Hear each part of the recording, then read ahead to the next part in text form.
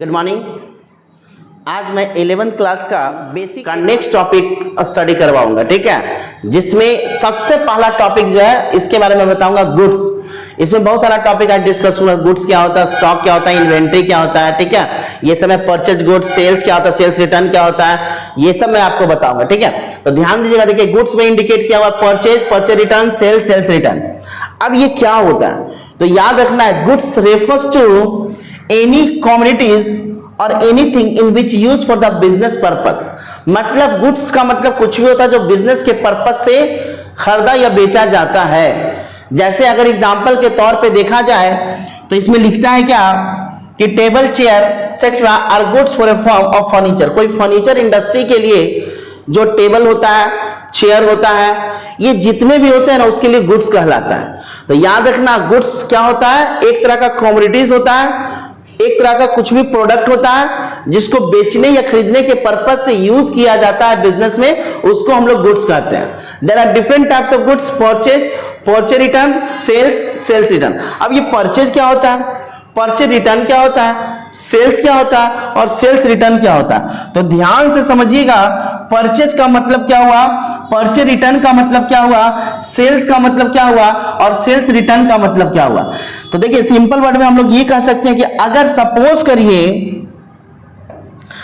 Suppose करिए कि अगर मान लीजिए इन केस अगर आपने कोई प्रोडक्ट खरीदा, या अगर हमने एग्जांपल दिया कि 100 पीसेस ऑफ कंप्यूटर खरीदा बेचने के पर्पज से, तो अगर 100 पीसेस ऑफ कंप्यूटर हमने खरीदा बेचने के पर्पज से तो इसको हम लोग परचेज बोलेंगे, ठीक है। बट परचेज रिटर्न क्या, आफ्टर सम टाइम कोई रीजन से आप रिटर्न कर दो किसको, सेलर को। तो हमने अगर इसमें 10 पीस रिटर्न कर दिया, हो सकता है डिफेक्टिव प्रोडक्ट निकल गया होगा, हो सकता है आपको खरीदना नहीं था, आपने ज्यादा खरीद लिया, तो ड्यू टू कोई भी रीजन आपने रिटर्न किया। तो बाबू हमने परचेज किया कितना, 100 पीसेस कंप्यूटर, रिटर्न कितना किया, 10 पीस। तो 100 piece minus 10 pieces that is called 90। तो ये 90 पीस जो आपने खरीदा ना, इसको हम लोग नेट परचेज बोलेंगे। क्या बोलेंगे, नेट परचेज, क्योंकि एक फार्मूला होता है purchase minus purchase return that is called net purchase. तो नेट परचेज मतलब एक्चुअल आपने कितना परचेज किया, 90 पीस किया, ठीक है, क्योंकि आपने 100 पीसेस ऑफ कंप्यूटर खरीदा था जिसमें 10 पीसेस ऑफ कंप्यूटर रिटर्न कर दिया, तो एक्चुअल कितना आपने खरीदा, 90 पीसेस, ठीक है। अब उसी को हम लोग बोलेंगे सेल क्या होता है। तो अगर इन केस हमने जो प्रोडक्ट खरीदा उसको हमको फ्यूचर में बेचना है, तो अगर मान लीजिए हमने 70 पीस प्रोडक्ट बेचा या कंप्यूटर बेचा, ठीक है, या लैपटॉप बेचा या जो भी बेचा, ठीक है, लेकिन ये 70 पीस तो बेच दिया, लेकिन किसी कारणवश कस्टमर आया और फिर ये आपको 5 पीस जो है ना वो रिटर्न कर दिया कोई रीजन से। तो बाबू ये 70 पीस आपने बेचा था, वो रिटर्न किया 5 पीस, तो इस कंडीशन में 65 पीस जो है ना एक्चुअल में आपने क्या किया, सेल किया। तो एक्चुअल में 65 पीस जो सेल किया ना उसको हम लोग क्या बोलेंगे, नेट सेल बोलेंगे। क्या बोलेंगे, नेट सेल। तो याद रखना, परचेज का मतलब आपने कितना का खरीदा, कितना रिटर्न हुआ, परचेज मतलब खरीदना, परचेज रिटर्न मतलब जो हम खरीदे थे किसी कारणवश वापस कर दिए, सेल्स का मतलब बेचना, और सेल्स रिटर्न मतलब जो बेचे थे ना वो किसी कारणवश वापस आ गया, इसको हम लोग सेल्स रिटर्न बोलते हैं। तो ध्यान से समझिएगा, ठीक है। तो ये सब आपका इंडिकेट किया हुआ है, आप समझ सकते हो, ठीक है। अब देखिए ध्यान से, अब इसमें एक छोटा सा आइटम बोलता है स्टॉक। अब इसमें स्टॉक क्या होता है, एक ओपनिंग स्टॉक और क्लोजिंग स्टॉक है। देखिए स्टॉक का मतलब क्या है, कोई भी बिजनेसमैन जब किसी सामान को खरीद के लाता है ना तो तुरंत वो बेचता नहीं, हम लोग ऐसे ही बोल सकते हैं अनसोल्ड गुड्स।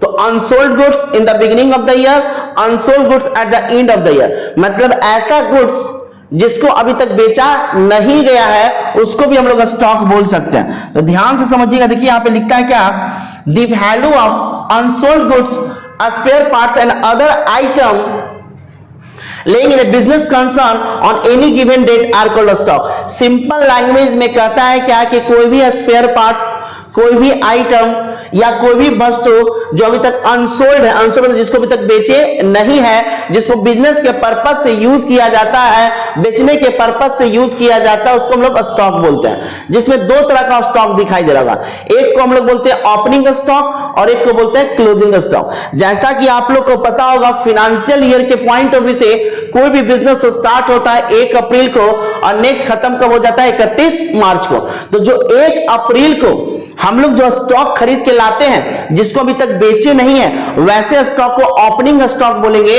और फिर उसके बाद धीरे धीरे अगर उसको सेल करेंगे, बेचेंगे, और बेचने के दौरान लास्ट में 31 मार्च को कोई अगर स्टॉक या कोई गुड्स आपके पास बच जाता है, वही गुड्स आपका, वही स्टॉक आपका क्या कहलाता है? Closing stock. तो देखिए ध्यान से क्या लिखता है, unsold goods in the beginning of the year, मतलब ऐसा गुड्स जिसको स्टार्टिंग में अभी तक बेचे नहीं है, वैसे गुड्स को ओपनिंग स्टॉक बोलते हैं। और वैसा गुड्स जिसको हम लोग बेचने के बाद जो बच जाता है लास्ट में 31 मार्च को, वैसे गुड्स को क्लोजिंग स्टॉक के नाम से जानते हैं। बट याद रखिए, closing stock will be transfer to opening stock the next month या नेक्स्ट डेट। अगर देखा जाए तो जो क्लोजिंग स्टॉक है ना, वो अगले दिन ओपनिंग स्टॉक में क्या हो जाता है? कन्वर्ट हो जाता है। ठीक है, तो ये ओपनिंग स्टॉक, क्लोजिंग स्टॉक आपको समझ में आ गया होगा। उसी तरह से देखिए, स्टॉक का एक दूसरा नाम इन्वेंट्री भी होता है। बहुत लोग पूछता है कि what is the other name of stock, तो that is called the other name of stock, that is called inventory. Inventory जो है ना, स्टॉक का दूसरा नाम है। इसमें देखिए दो चीज दिखाई दे रहा होगा, एक लाइव स्टॉक, एक डेड स्टॉक। अभी लाइव स्टॉक, डेड स्टॉक क्या होता है, ध्यान देना है। देखिए कहता है क्या, तो पहले तो एक ध्यान रखना एक चीज यहां पे, देखिए इन्वेंट्री डिफाइन किया होगा।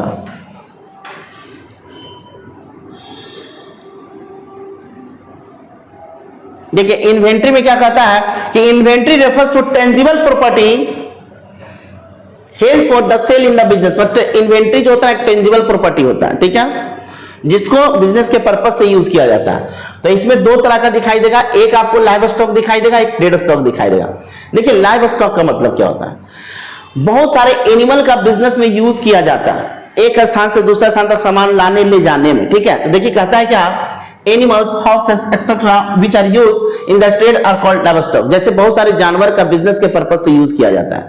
जैसे आप देखोगे एक स्थान से दूसरे स्थान तक सामान लाने पहुंचाने, ये सब का जो काम होता है ना, बहुत सारे देखोगे, हॉर्स कार्ट मतलब टमटम, ऑक्स कार्ट बैलगाड़ी पहले बहुत ज्यादा यूज होता था, अभी भी बहुत जगह टूरिस्ट प्लेस पे टमटम का यूज किया जाता है।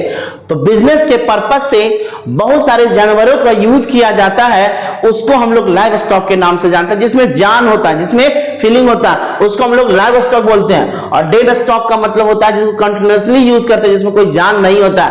जैसे अगर देखा जाए फर्नीचर हो गया, अगर देखा जाए प्लांट एंड मशीनरी हो गया, अगर देखा जाए स्मार्ट बोर्ड हो गया, देखा जाए फैन हो गया, ये सब जितना भी है ना, कंप्यूटर, लैपटॉप, मॉनिटर, सीपीयू, ये सब जितना भी है ना, उसको हम लोग डेड स्टॉक के नाम से जानते हैं। मतलब जिसमें जान होता है लाइव स्टॉक, जिसमें जान नहीं होता that is called dead stock. ठीक है, अब एक सिंपल वे में देखिए एक डिफिनेशन दिखाई दे रहा है प्रॉफिट एंड लॉस, क्योंकि आप लोग पढ़े होंगे इकोनॉमिक एक्टिविटी के बारे में कि economic activity refers to those activity which are perform by any types of human being with main motive of earning profit या अर्निंग मनी।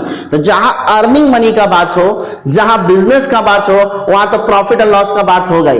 तो जहां प्रॉफिट और लॉस, तो प्रॉफिट क्या होता है, लॉस क्या होता है, आपको पता होना चाहिए। किसी प्रोडक्ट का कॉस्ट अगर 10 रुपया है और उस प्रोडक्ट को आप 12 रुपया में बेच रहे हो, तो 12 रुपया जो आपके पास आ रहा है वो रेवेन्यू हो गया, मतलब इनकम हो गया। और दोनों के बीच जो डिफरेंस हो गया ना 2 रुपया का, वो क्या कहला गया, प्रॉफिट कहला गया।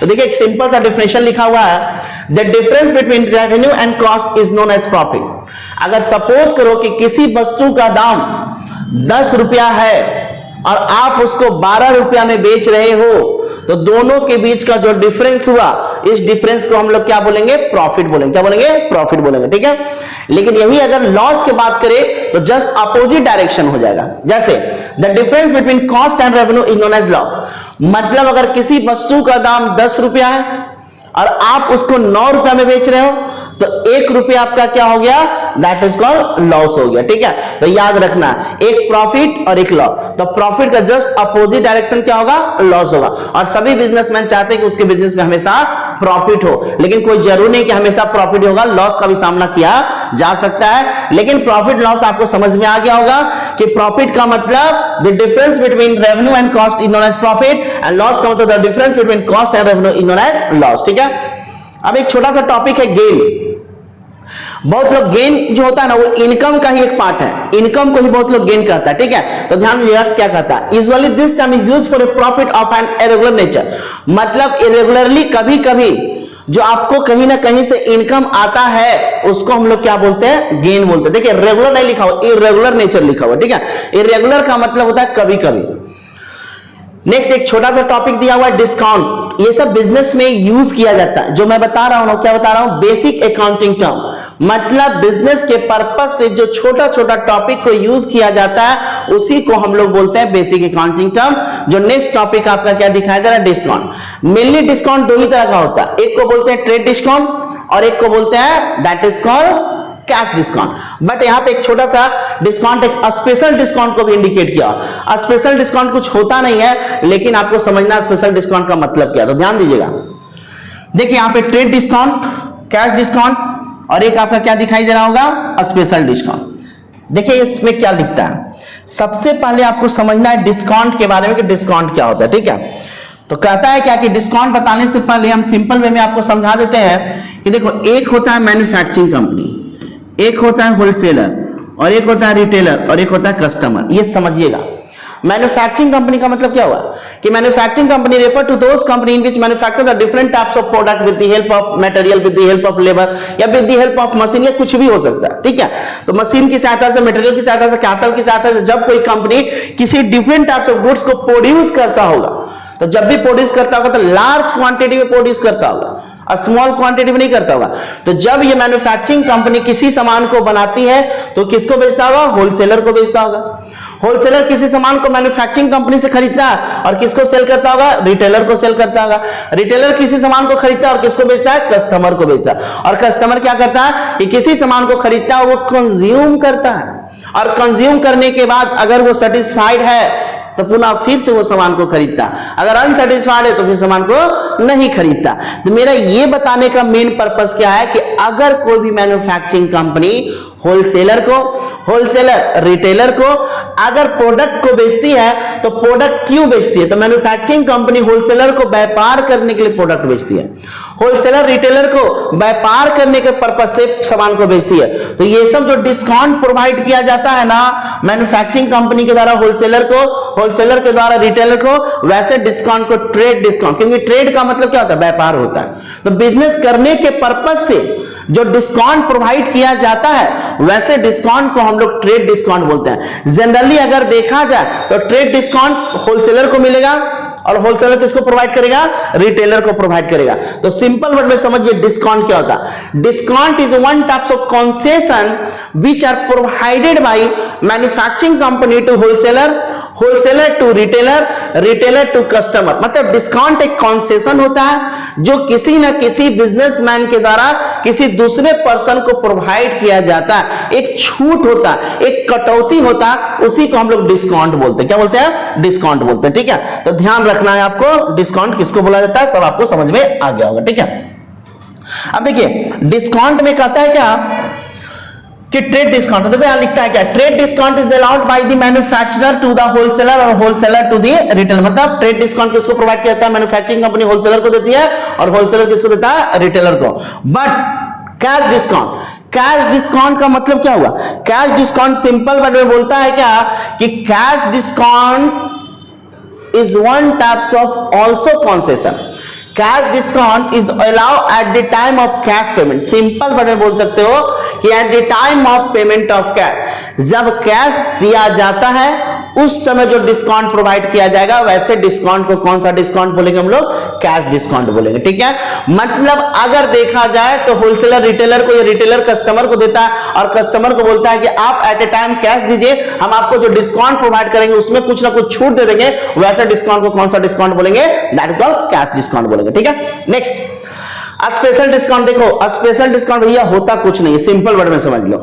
स्पेशल डिस्काउंट स्पेशल पर्सन को प्रोवाइड किया जाता है। जैसे सपोज करिए कि आपका कोई शॉप है, आपका कोई दुकान है, आप किसी कस्टमर को 10% डिस्काउंट प्रोवाइड कर रहे हो और उसी दौरान आपके कोई फैमिली मेंबर आ जाते हैं, मान लो आपके अंकल आ जाते हैं, आपकी आंटी आ जाती है, कोई भी आ जाते हैं, तो आप अगर वो प्रोडक्ट को बेच रहे हो तो सभी को 10% डिस्काउंट आप प्रोवाइड करते हो, उनको आप 20% या 15% एक एक्स्ट्रा बेनिफिट दोगे, वैसे डिस्काउंट को स्पेशल डिस्काउंट के नाम से जानते हैं, ठीक है। लेकिन सिंपल वर्ड में आपको क्या समझना है, कैश डिस्काउंट और ट्रेड डिस्काउंट, ठीक है।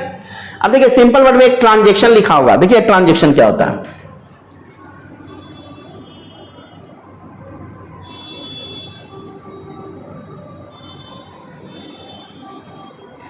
देखिए ट्रांजैक्शन का मतलब क्या है, जैसा कि कोई भी बिजनेसमैन जब बिजनेस करता है तो दो पार्टी होता है, एक होता है परचेजर और एक होता है सेलर। तो परचेजर जब किसी सामान को खरीदता होगा तो उसको परचेजर बोलते हैं, जब किसी सामान को बेचा जाता है तो उसको, जो व्यक्ति बेचता है उसको सेलर बोलते हैं। तो दोनों के बीच जो मॉनेटरी इवेंट होता है ना, उसको हम लोग ट्रांजैक्शन बोलते हैं। जैसे सपोज करो ये पेन हमने आपको बेचा, तो ये पेन हमने आपको बेचा 100 रुपया में, तो आपसे हमको 100 रुपया लेना है या 100 रुपया लिए, तो हम लोग के बीच जो मॉनेटरी इवेंट हो रहा है ना, उसको हम लोग ट्रांजैक्शन बोलते हैं। देखिए यहाँ पे दो तरह का ट्रांजैक्शन, एक को कैश ट्रांजैक्शन बोलते हैं और एक को क्रेडिट ट्रांजैक्शन बोलते हैं। तो कैश ट्रांजैक्शन क्या होता है और क्रेडिट ट्रांजैक्शन क्या होता है? तो कैश ट्रांजैक्शन का मतलब होता है क्या कि whatever goods are purchase and sold on the cash basis, जब किसी सामान को आप नगद में या उधार में, जब किसी सामान को आप नगद में खरीदते हो या बेचते हो तो वैसे ट्रांजैक्शन को कैश ट्रांजैक्शन बोलते हैं, और जब किसी सामान को आप खरीदते या बेचते हो उधार में तो वैसे ट्रांजैक्शन को क्रेडिट ट्रांजैक्शन बोलेंगे। तो देखिए यहां पे कहता है क्या,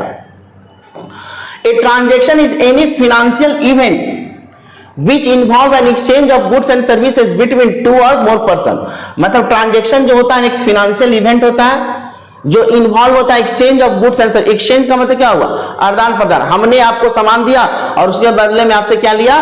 पैसा लिया, ठीक है। तो वो ट्रांजैक्शन का लगा, और वो कौन सा नेचर होना चाहिए? मॉनेटरी नेचर होना चाहिए, मनी से रिलेटेड होना चाहिए।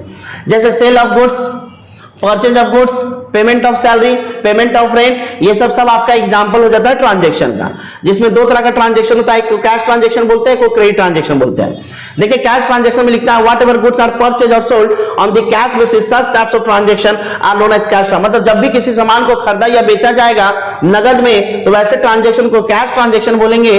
जैसे परचेज गुड्स फॉर कैश ₹2000, मतलब हमने सामान खरीदा 2000 का, तो अगर पैसा देकर सामान खरीद रहे हैं तो वैसे ट्रांजैक्शन को कैश ट्रांजैक्शन बोलेंगे, ठीक है। नेक्स्ट बोलता है credit transaction, whatever goods are purchase और sold on the credit basis such types of transaction are known as credit transaction. मतलब जब भी हमने किसी सामान को उधार में बेचे या उधार में खरीदे जिसमें इन्वॉल्व तो मनी है लेकिन अभी नहीं है, बाद में पैसा दिया जाएगा या बाद में पैसा लिया जाएगा, वैसे ट्रांजैक्शन को क्या बोलेंगे? क्रेडिट ट्रांजैक्शन बोलेंगे, ठीक है। जैसे देखिए परचेज गुड्स फ्रॉम एक्स, हमने उधार में एक्स नाम के व्यक्ति से सामान खरीदा, तो हमने एक्स नाम के व्यक्ति से उधार में सामान खरीदा, तो ये कौन सा ट्रांजैक्शन कहला जाएगा? क्रेडिट ट्रांजैक्शन कहला जाएगा, ठीक है। तो आपको समझ में आ गया होगा कैश ट्रांजैक्शन, क्रेडिट ट्रांजैक्शन, ठीक है। नेक्स्ट देखिए क्या लिखता है, एक ड्राइंग लिखता है, सुनना है ध्यान से। ड्राइंग का मतलब क्या होता है? ड्राइंग का मतलब यहाँ पे आर्ट नहीं समझिएगा, ड्राइंग का मतलब चित्रकला नहीं समझिएगा। कॉमर्स के पॉइंट ऑफ व्यू से, अकाउंटेंसी के पॉइंट ऑफ व्यू से ड्राइंग का मतलब क्या होता है?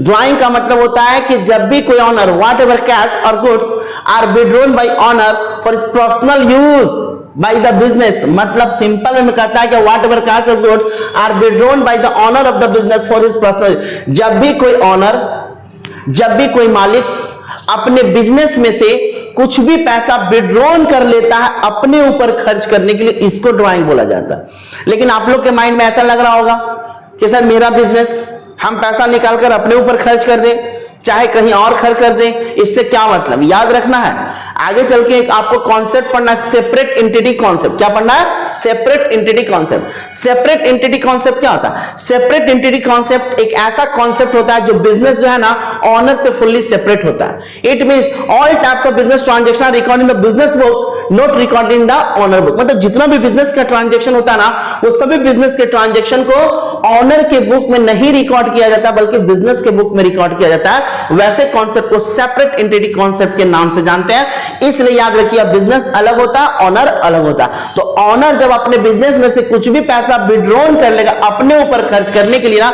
इसको हम लोग क्या बोलेंगे? ड्राइंग बोलेंगे। जैसे एक एग्जांपल लिखा हुआ, withdrawn cash for ₹1000 for personal purpose या पर्सनल यूज या डोमेस्टिक पर्पस का भी लिखा रहे, चाहे डोमेस्टिक पर्पस लिखा रहे चाहे पर्सनल पर्पस लिखा रहे, तो इसको समझना है आपको क्या? ड्राइंग समझना है, ठीक है। अब इस क्वेश्चन का एंट्री लिखा होगा drawing account debit to cash account. ये क्वेश्चन कैसे सॉल्व होता है ये आगे चल के बताया जाएगा, क्योंकि इस क्वेश्चन को सॉल्व करने के लिए आपको रूल्स पढ़ना होगा, जिसको हम लोग गोल्डन रूल बोलते हैं, personal account, real account, nominal, जो आगे चल के हम बताएंगे आपको, ठीक है। अभी ये समझने का कोशिश नहीं करिएगा, जो स्टूडेंट पढ़े हुए होंगे उसको तो समझ में आ जाएगा, जो स्टूडेंट कुछ भी नहीं जानते तो इसको पढ़ने में इसको समझने में समय लगेगा, ठीक है। तो इसका टॉपिक हम डिस्कस करेंगे आप लोग को, ठीक है।